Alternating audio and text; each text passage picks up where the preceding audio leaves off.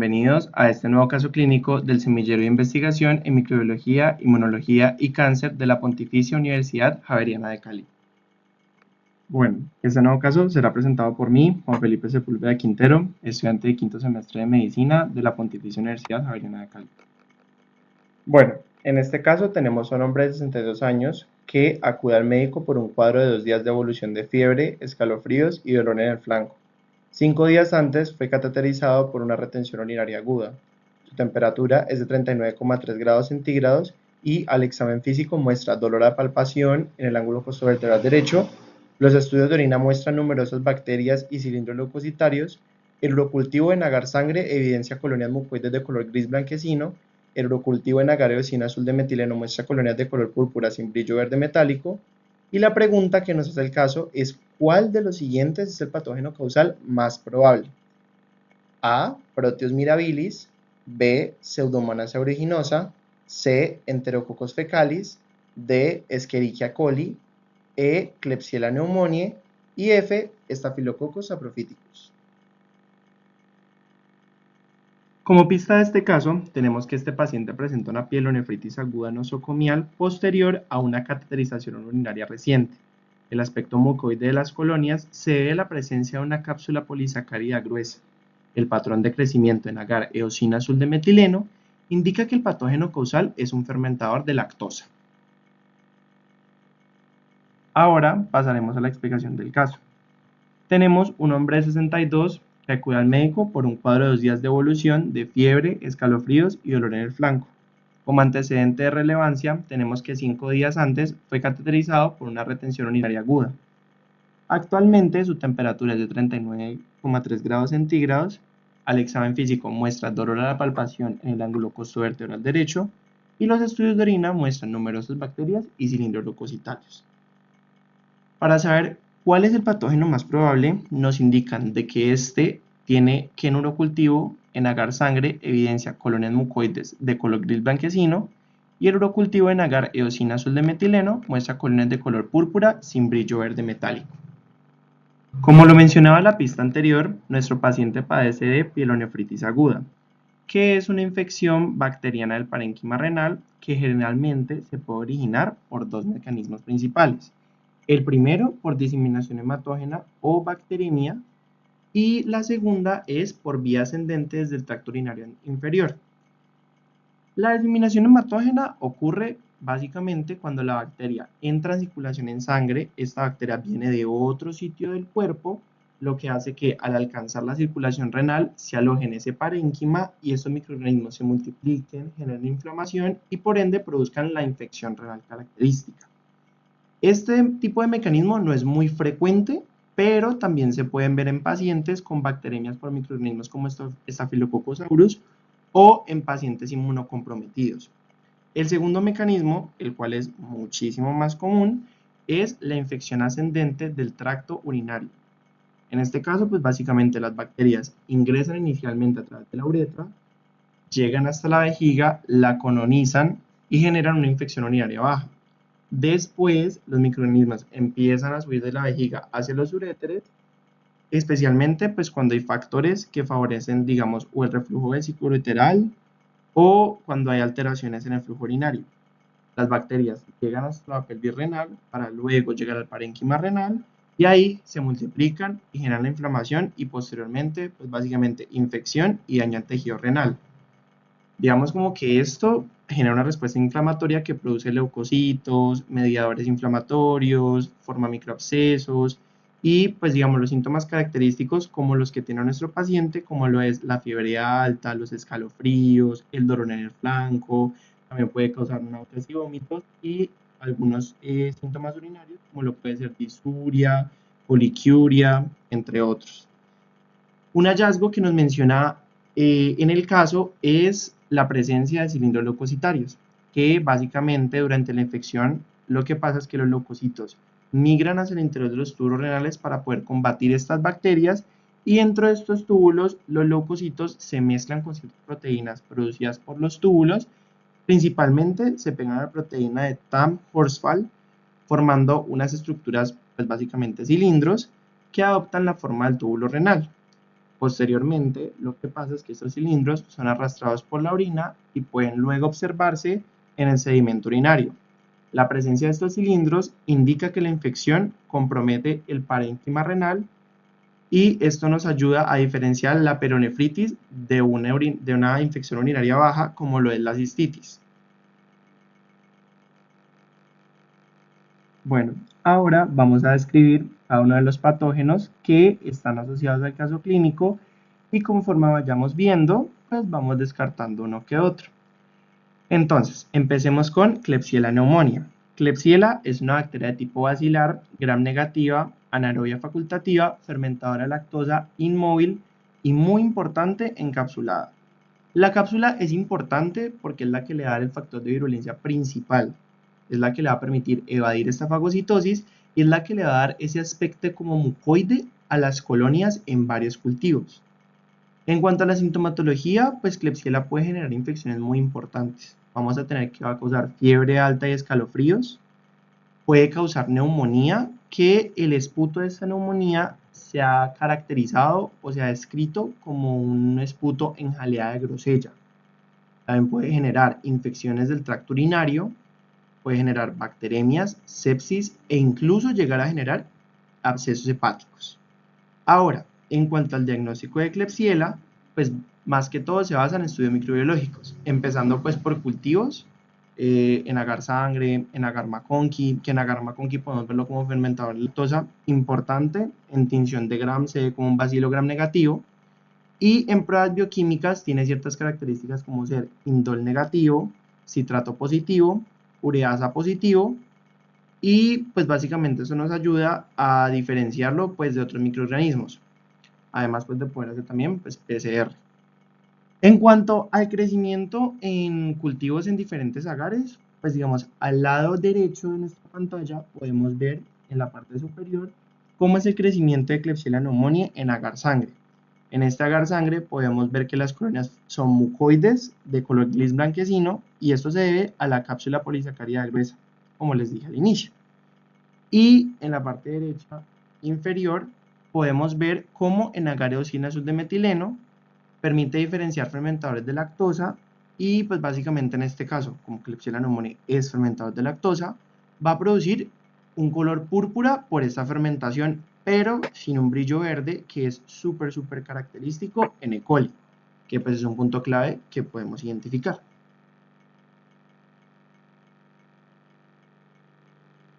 Ahora hablaremos de Proteus mirabilis. Proteus mirabilis es una bacteria de tipo bacilar, gram negativa, anaerobia facultativa, no fermentadora de lactosa y altamente móvil. Esta movilidad es muy característica ya que es en forma de enjambre o conocida como swarming. Además, es productora de ureasa. Como síntomas o manifestaciones clínicas, vamos a tener que Proteus mirabilis puede causar fiebre, escalofríos, puede causar infección en el tracto genitourinario que generan síntomas como disuria, poliquiuria, orina turbia o hasta de mal olor. Proteus mirabilis es una bacteria ureasa positiva. Al ser ureasa positiva, permite la degradación de urea en amoníaco. Esto lo que causa es que puede llegar a alcalinizar la orina y favorece la formación de cálculos urinarios. Estos cálculos urinarios pueden llegar a generar una pielonefritis y en casos mucho más graves, bacteremia y sepsis. El diagnóstico pues también se basa en estudios microbiológicos. Tenemos que en tinción de Gram pues vamos a ver como bacilos Gram negativos y en cultivos, por ejemplo en agar McConkey, como no es fermentadora de lactosa, las colonias simplemente van a ser incoloras. Además, pues digamos, va a tener características bioquímicas como ser indol negativo, ureasa positiva, como mencioné al principio, productora de sulfuro de hidrógeno, y todo esto, pues básicamente va a ayudar a la identificación. Lo mismo, al lado derecho superior, vamos a ver cómo esta crece en agar sangre, donde característicamente podemos ver ese fenómeno de swarming, que consiste como en ese crecimiento en ondas que cubre toda la superficie del agar, y pues todo esto se debe a cómo se mueve. Por otro lado, en la parte de abajo tenemos cómo podría crecer en agar eosina azul de metileno. Al ser una no fermentadora de lactosa, no va a producir ningún cambio de color, por lo que las colonias van a ser o translúcidas o simplemente van a ser incoloras, lo que pues básicamente va a ser muy determinante en este caso. Bueno, ahora seguiremos con Pseudomonas aeruginosa. Pseudomonas aeruginosa es una bacteria de tipo bacilar, gram negativa, aerobia estricta, no fermentadora de lactosa y móvil gracias a un flagelo polar.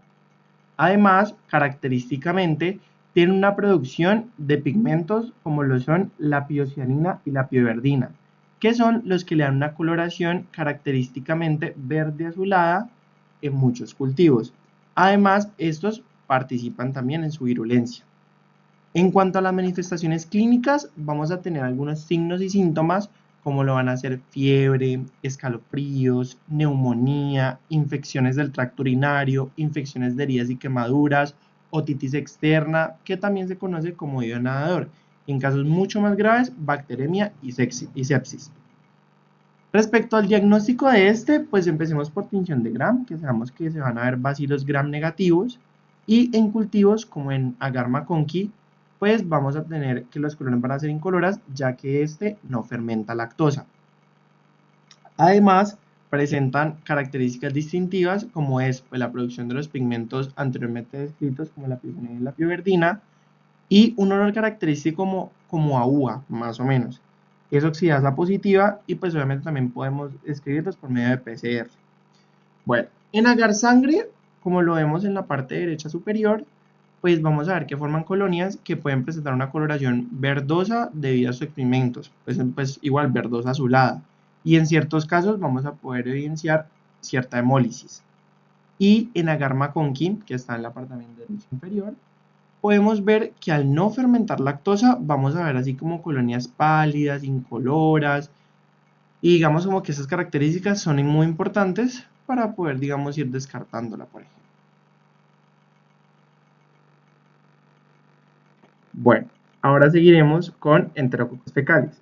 Enterococcus fecalis es una bacteria de forma de coco que se dispone en pares o en cadenas cortas. Es gram positiva, anaerobia facultativa, no formadora de esporas y generalmente inmóvil. Una característica muy importante de esta bacteria es que tiene la capacidad de crecer en condiciones adversas, como en altas concentraciones de sal y en presencia de bilis, lo que lo hace idóneo para poder sobrevivir en diferentes ambientes como el tracto gastrointestinal. En cuanto a las manifestaciones clínicas y los síntomas y signos, podemos ver que puede llegar a causar fiebre, malestar general, infecciones del tracto urinario, endocarditis subaguda, infecciones intraabdominales y pélvicas, y en casos mucho más graves, bacteremia y sepsis.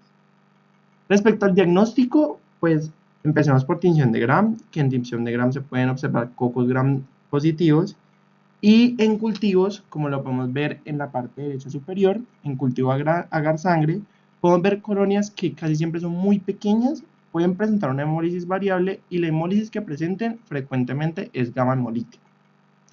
Además, pues presenta características bioquímicas importantes como la es catalasa negativa, que puede llegar a crecer en medios con NaCl al 6.5%, y es positivo para la prueba de bilis esculina, lo que significa que es capaz de hidrolizar la esculina en la presencia de bilis.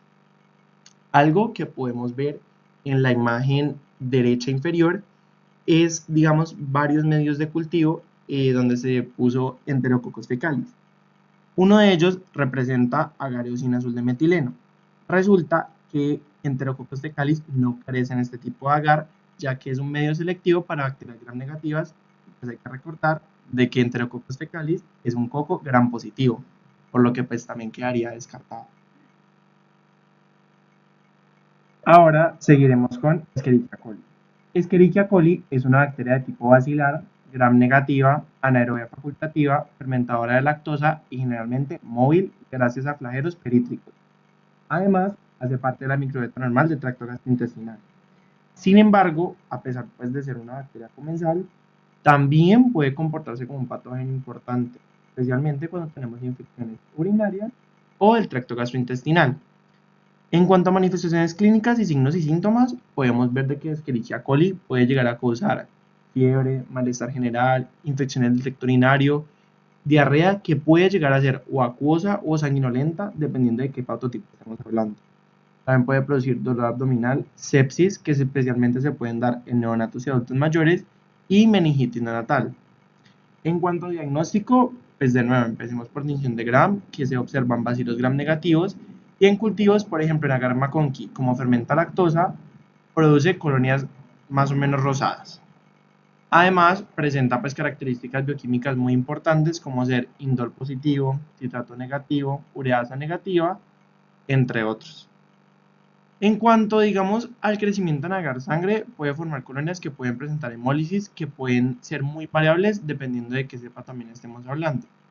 Y en agar azul de metileno es clave en este caso, ya que produce colonias con un brillo verde metálico muy característico, ya que como fermenta lactosa de manera muy intensa, permite diferenciarlo de otras bacterias fermentadoras como Klebsiella pneumoniae.